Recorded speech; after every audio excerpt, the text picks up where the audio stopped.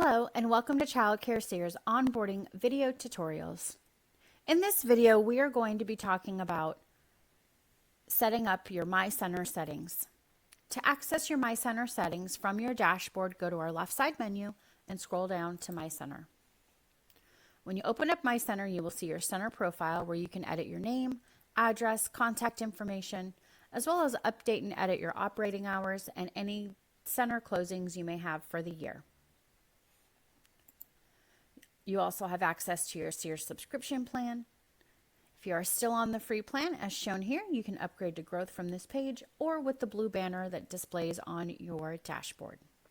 You will also get to see the payment method for paying for your subscription as well as the billing history. In the general section, you have your email notifications. It is important to note that this feature must be on for you to send notifications out to your family members, as well as inviting staff and families to Child Care Seer after creating their profiles. Joining and leaving a class for all of your connected devices. As a default, it is set to manually.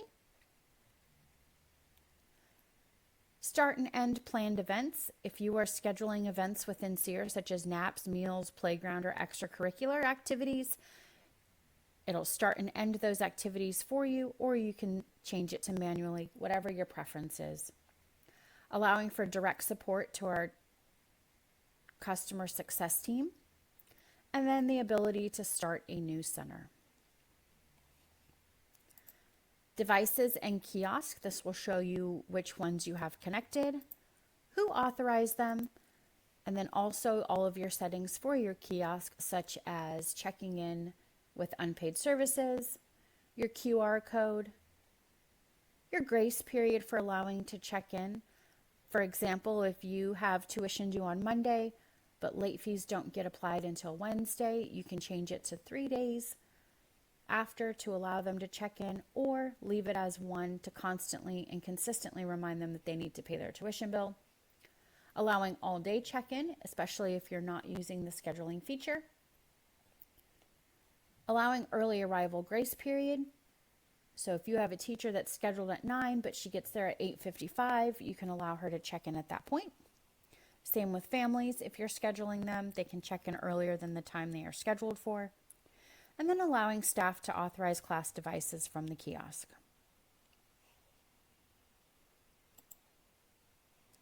Family connection. So if you are utilizing our parent engagement tool, this will give you the options for delaying when an entry goes out for review. You can select no delay, all the way down to requiring a release from a staff member with permissions. As default, it is set to 15 minutes. Ratios and rooms, this is how you set up all of that information. You will put the age in and the max number of children per teacher allowed. So if you are in an infant room and you are allowed 4 children to 1 teacher, you would put 4, toddlers, 2s, and so on. Rooms, this is where you get to name your different rooms, put the max capacity for a room, the minimum age, and the maximum age. Now, please be very specific. If your 2-year-old room is 26 months to 38 months, please make sure that you do the math and figure that age out. That way it doesn't give you any error messages that your rooms may be over ratio or over capacity. Billing and payments. So you have 2 options. You have general and online. In general, it'll tell you your accepted payment methods, your scheduled payments. So this will be each Sunday. You can turn this feature off and it will stop accounting for scheduled payments.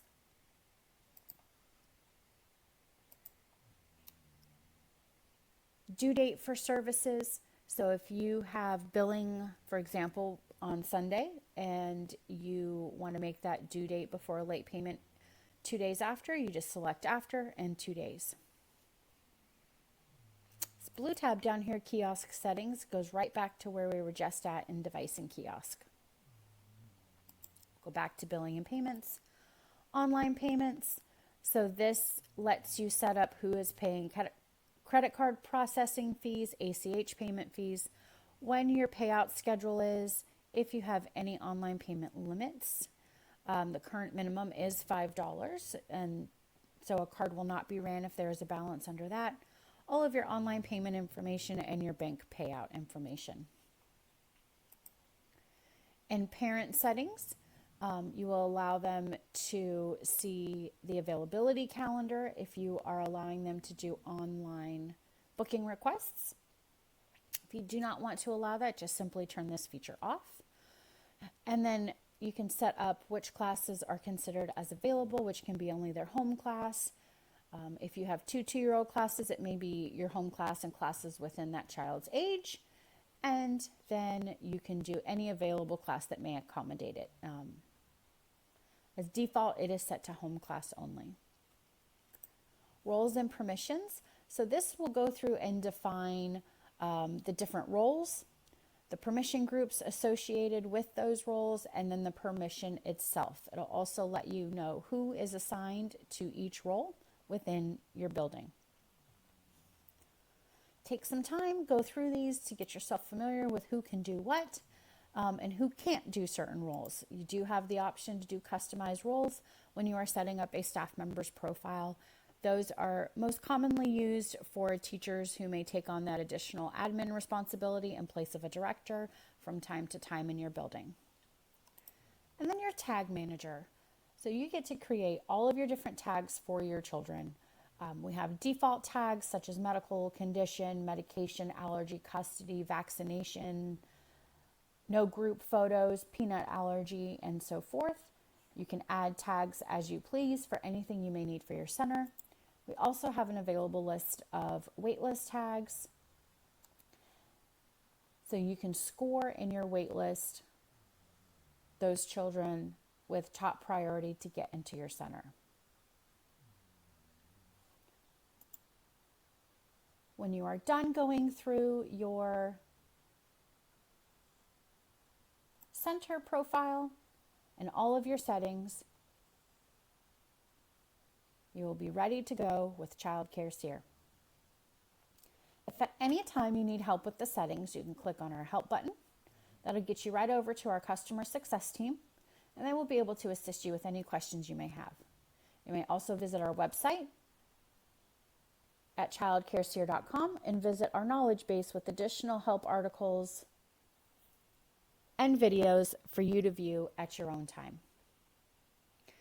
We thank you for being part of the Child Care Seer family, and we look forward to seeing you in the next video.